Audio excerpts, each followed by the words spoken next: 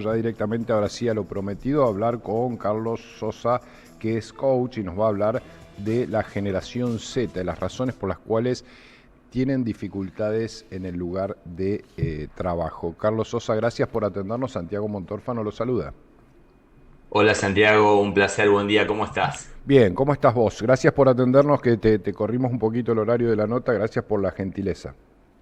No, por favor, son cosas que pueden suceder a disposición para conversar de esta generación que está generando un movimiento en los líderes Sí, que es importante para que puedan abrazarse a la flexibilidad que es una competencia clave en este contexto.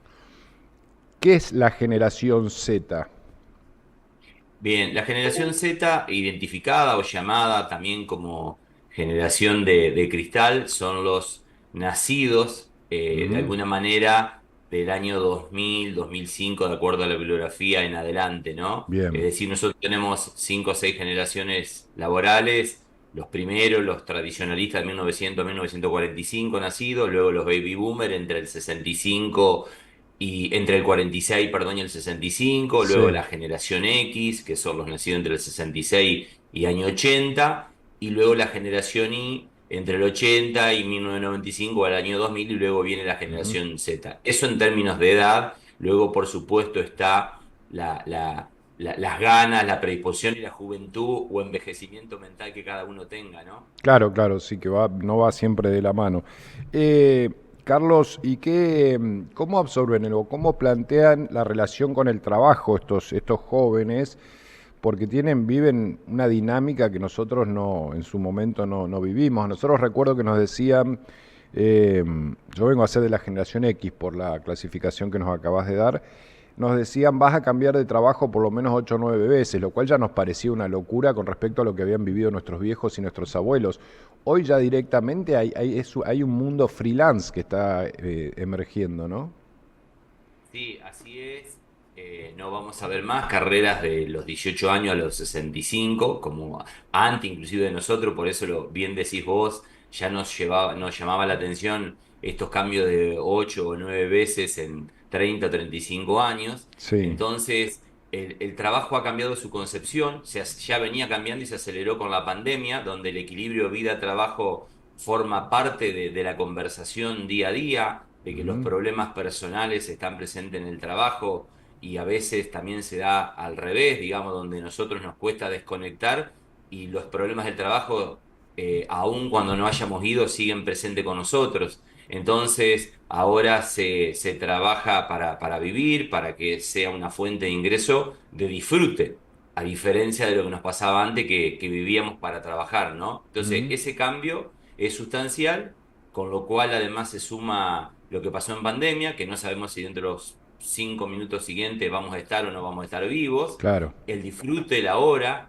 la experiencia, el momento, son valores que esta generación de alguna manera puso sobre la mesa y establece ciertos límites, ¿no? Pero hay que Ujú. encontrar un equilibrio, eso es lo importante, que es el gran desafío de este momento para las empresas y los chicos. Claro, los empresarios se quejan de la falta de continuidad de los más jóvenes, pero bueno, los jóvenes con todo su derecho también están en una empresa al tiempo que lo consideran, que les conviene, es decir, velan mucho por ese derecho propio de no quedarse estables en algún lugar cuando le aparece una oferta mejor o cuando tienen ganas de hacer otras experiencias, ¿no? Sí, pero te voy a contar, mirá, es cierto eso, te voy a contar un caso muy cortito de una persona que se le pasó una joven, se le pasó una propuesta Sí. que con 8 10 puntos donde había flexibilidad, modalidad home office, espacio de crecimiento, carrera, capacitación, la remuneración le parecía, había superado sus expectativas y la persona me dice, con la única condición de las 10 que recibí, no puedo garantizar una estabilidad mínima de 24 meses. Ajá. O sea, no puedo cerrar LinkedIn sin estar abierto a todo lo que está sucediendo, ¿no? Claro. Eh, y cuando vos tenés un puesto que requiere mucha capacitación y esfuerzo, terminaste en 6 meses de un trabajo y una capacitación ardua, que la persona al séptimo mes se vaya, Sí. es una gran pérdida para la propia persona también, porque invirtió tiempo, y para la propia empresa.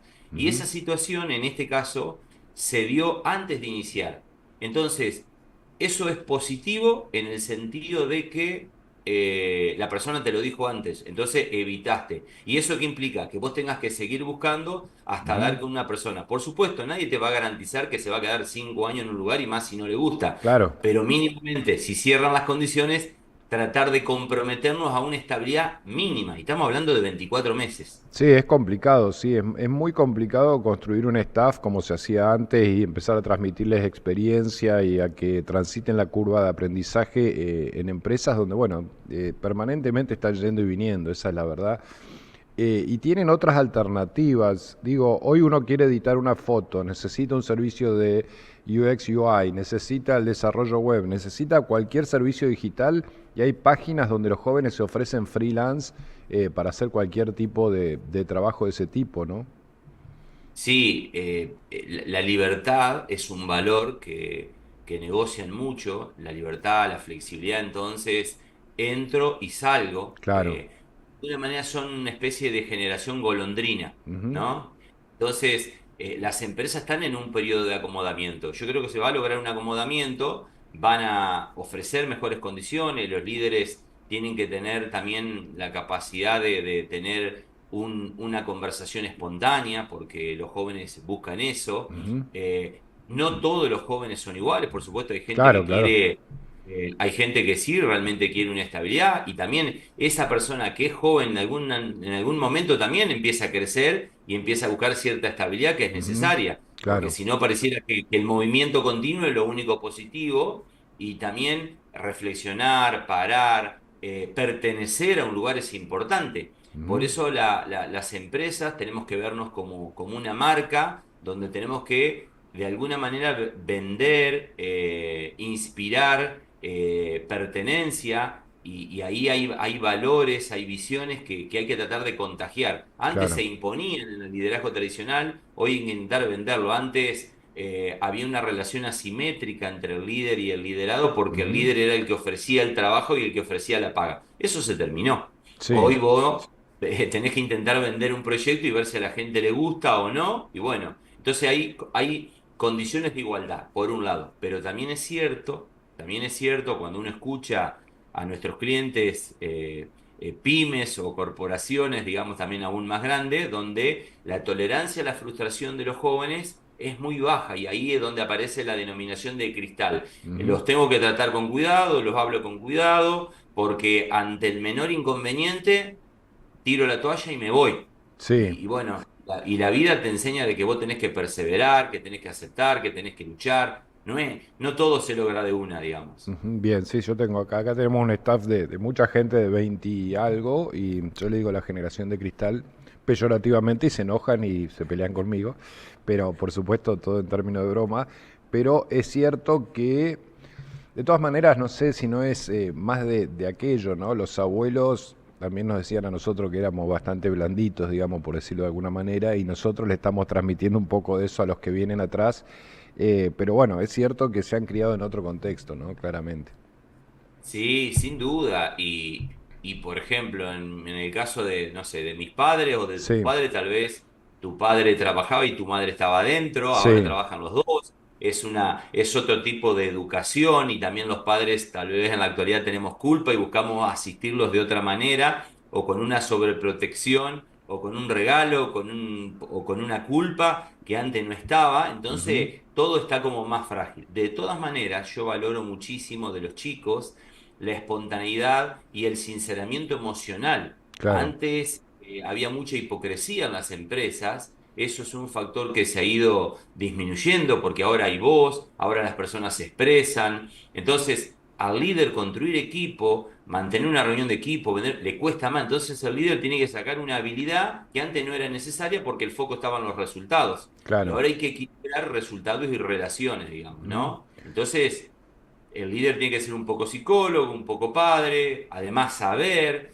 tiene que cuidar su estilo de vida, tiene que abrirse a hacer terapia, a hacer coaching, Ujú. a dejarse ayudar, ¿no? Y bueno, pero los chicos también tienen, es cierto, que tener tolerancia a la frustración y tener claridad de objetivo. Entonces, ahí es importante la selección de personal cuando arma un equipo, analizar 3 o 4 puntos que son fundamentales, digamos. Ujú. Claro, es como, digo, a nosotros ni se nos ocurría a un superior en una empresa hacer los cuestionamientos o debatir de igual a igual como si lo hacen hoy los jóvenes, pero hay que encontrar el límite de que la toma de decisiones tiene que ser respetada, ¿no? Incluso aunque, cuando es un no, por ejemplo.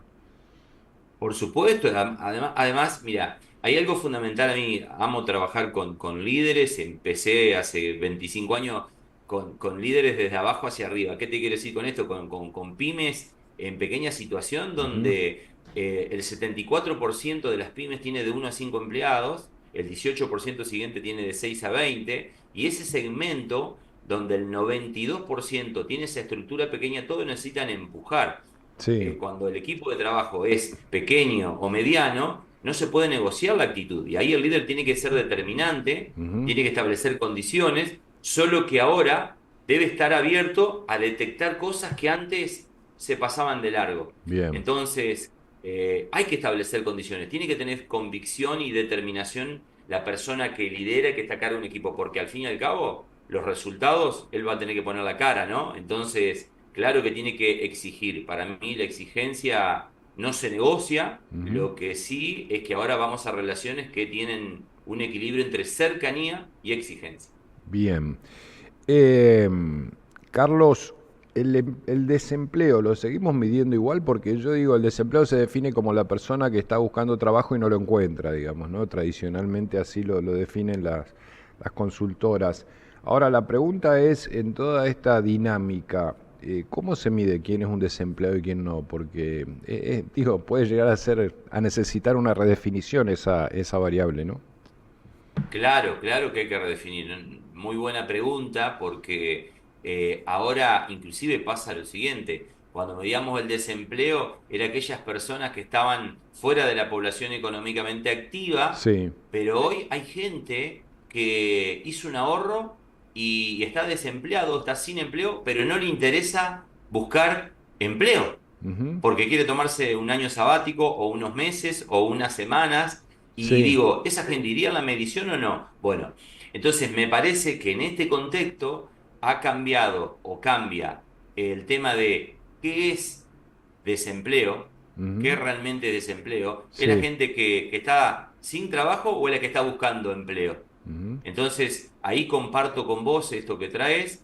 En este momento hay que redefinir no solamente este tema, este indicador, sino muchos otros que tienen que ver con un concepto como, por ejemplo, lo que se va a venir en los próximos 24 meses, que tiene que ver con la productividad, Claro. donde las personas desean reducir la jornada laboral Ujú. de 9 horas diarias o de 45 horas semanales a 25. El 35% de las personas desea trabajar 25 horas a la semana, 30, es decir, de 5 a 6, y Ujú. un 30% siguiente entre 6 a 7. Entonces, estamos en ese proceso de transición donde hay que encontrar claramente el equilibrio, porque a Bien. las empresas también hay que ayudarlas.